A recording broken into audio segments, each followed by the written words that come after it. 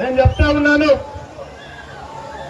జగనన్న ముఖ్యమంత్రిగా ఉన్న 5 సంవత్సరాలు కూడా మనం ఎక్కడా కూడా కులాలను చూడలే, మతాలను చూడలేదు.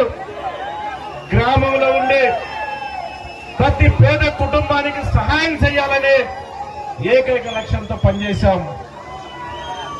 జగనన్న ఇచ్చే సంక్షేమ కార్యక్రమాలు పేదవారికి అందరికీ కూడా ఇవ్వాలని ఒక ఆలోచనతో పనిచేయడం జరిగింది.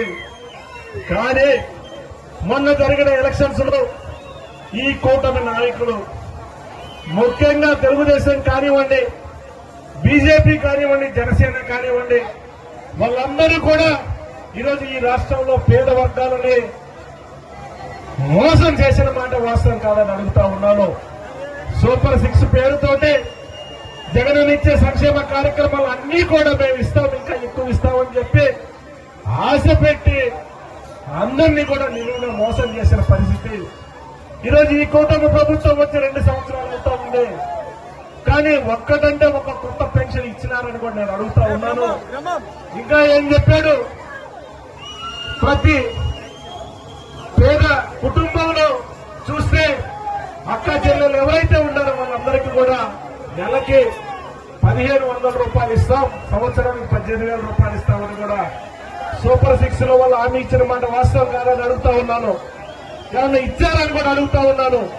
ఇవి కాదు, ఎస్సీ, ఎస్టీ, బీసీ మైనారిటీ వర్గాలకు సంబంధించి ఏం చెప్పారు, వాళ్ళందరికీ కూడా 50 సంవత్సరాలకే పెన్షన్ ఇస్తారని చెప్పి మోసం చేసిన మాట వాస్తవం కాదని అడుగుతా ఉన్నాను.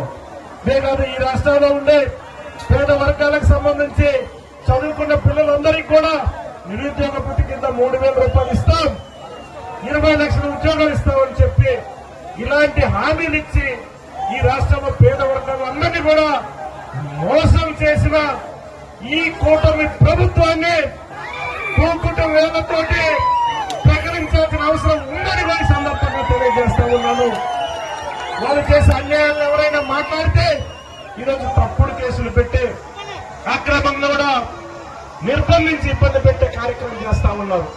నేను చెప్తా ఉన్నాను, ఈ రాష్ట్రం నుండి ప్రతి వైఎస్ఆర్ పార్టీ కార్యకర్త కూడా ధైర్యంగా ముందుకు పోవాల్సిన అవసరం ఉందని కూడా సందర్భంగా తెలియజేస్తా ఉన్నాను.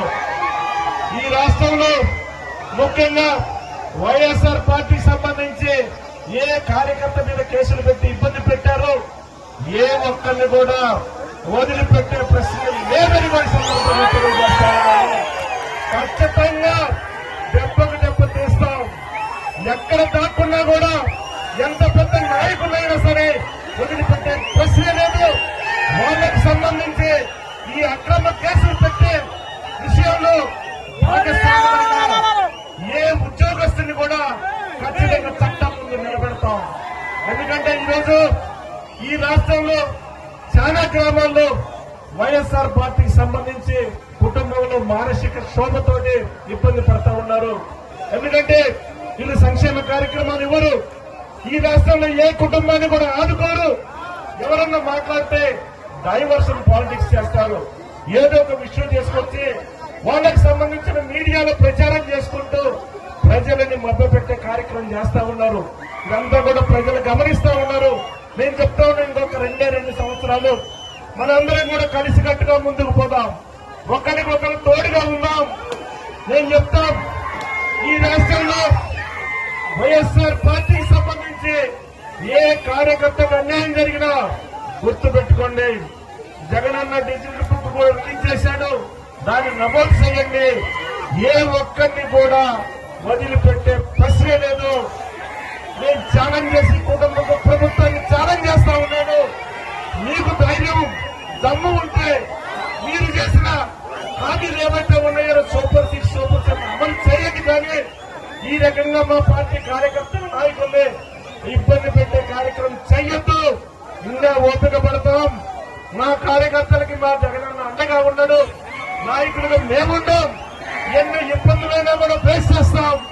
ఖచ్చితంగా మా మీద అక్రమ కేసులు, మా కార్యకర్తల మీద అక్రమ కేసులు పెట్టినా ఏ తెలుగుదేశం కూటమి నాయకుల్ని ఎక్కడ దాక్కున్నా కూడా వదిలిపెట్టే ప్రశ్నే లేదని కూడా సందర్భంగా తెలియజేస్తా ఉన్నాను.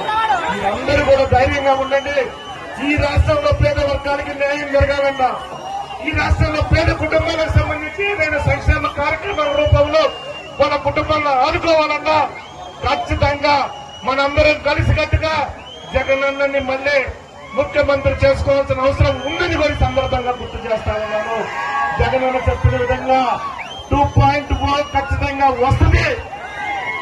2.0 ద్వారా ఈ రాష్ట్రంలో వైఎస్ఆర్ పార్టీ కార్యకర్తల మీద, వైఎస్ఆర్ కుటుంబాల మీద దౌర్జన్యం చేసిన వాళ్లను రుచి చూసే పరిస్థితి ఉంది. ఖచ్చితంగా వాళ్ళకు ఖచ్చితంగా బుద్ధి చెప్పే పరిస్థితి ఉందని కూడా సందర్భంగా తెలియజేసుకుంటూ మీ అందరికీ కూడా మీరు ధైర్యంగా ఉండండి. 2 సంవత్సరాలు మనం ధైర్యంగా పోరాటం చేద్దాం. ఖచ్చితంగా ఈ రాష్ట్రంలో వైఎస్ఆర్ పార్టీని ముందుకు తీసుకుపోతాం. ఈ రాష్ట్రంలో మనం నమ్మకంగా ఎస్సీ, ఎస్టీ, బీసీ, మైనారిటీ సంబంధించి పేద కుటుంబాల కోసం మనం పనిచేద్దాం.